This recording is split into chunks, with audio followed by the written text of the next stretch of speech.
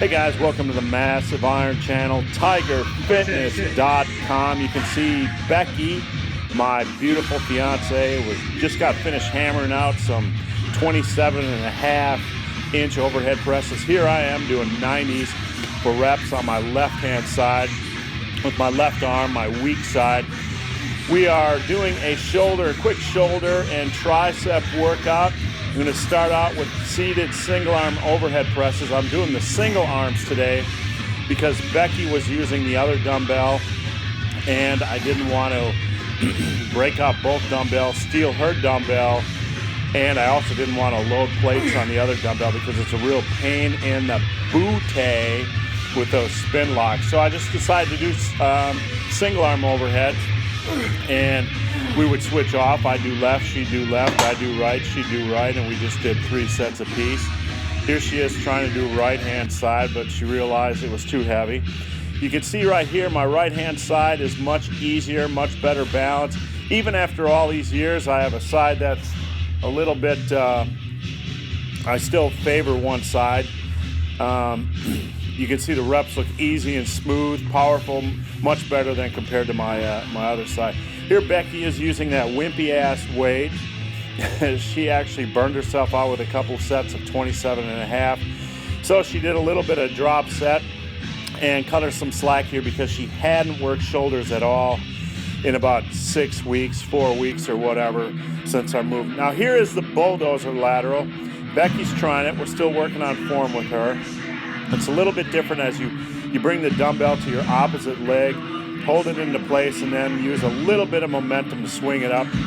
You actually get a little bit better leverage, a little bit better power, and it feels better on my shoulders. Excuse me, guys. It's early in the morning, and I'm dying over here.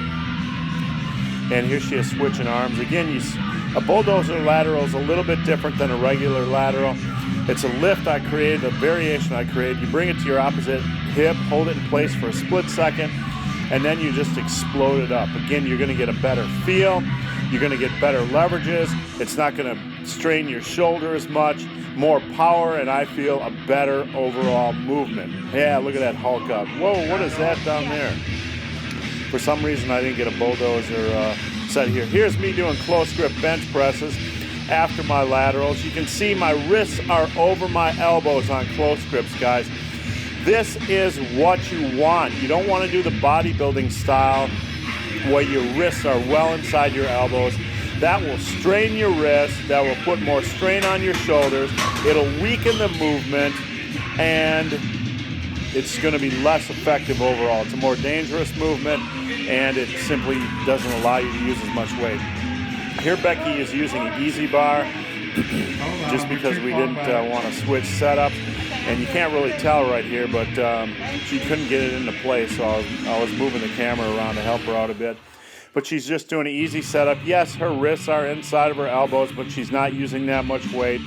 Normally I'd have her do it on a barbell, but again, she hasn't trained triceps in a while, so we're just trying to get some blood flowing, just trying to get her through that first workout so she's not quite as sore. And she's just doing 10 rep sets here. Stop looking at her cleavage, you perverts. I'm just kidding. You can look. Anyway, that is the workout. Here's my final set of close grips.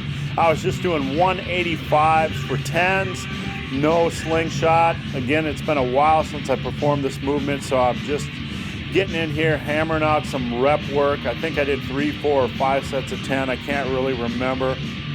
I don't stay as tight when I do close grips, meaning I don't try to get that perfect upper back setup. I just kind of go more flat back and just try to keep my wrists above my elbows and pump out some tricep volume to get those triceps into the growth mode. And that's about it, guys. Triceps.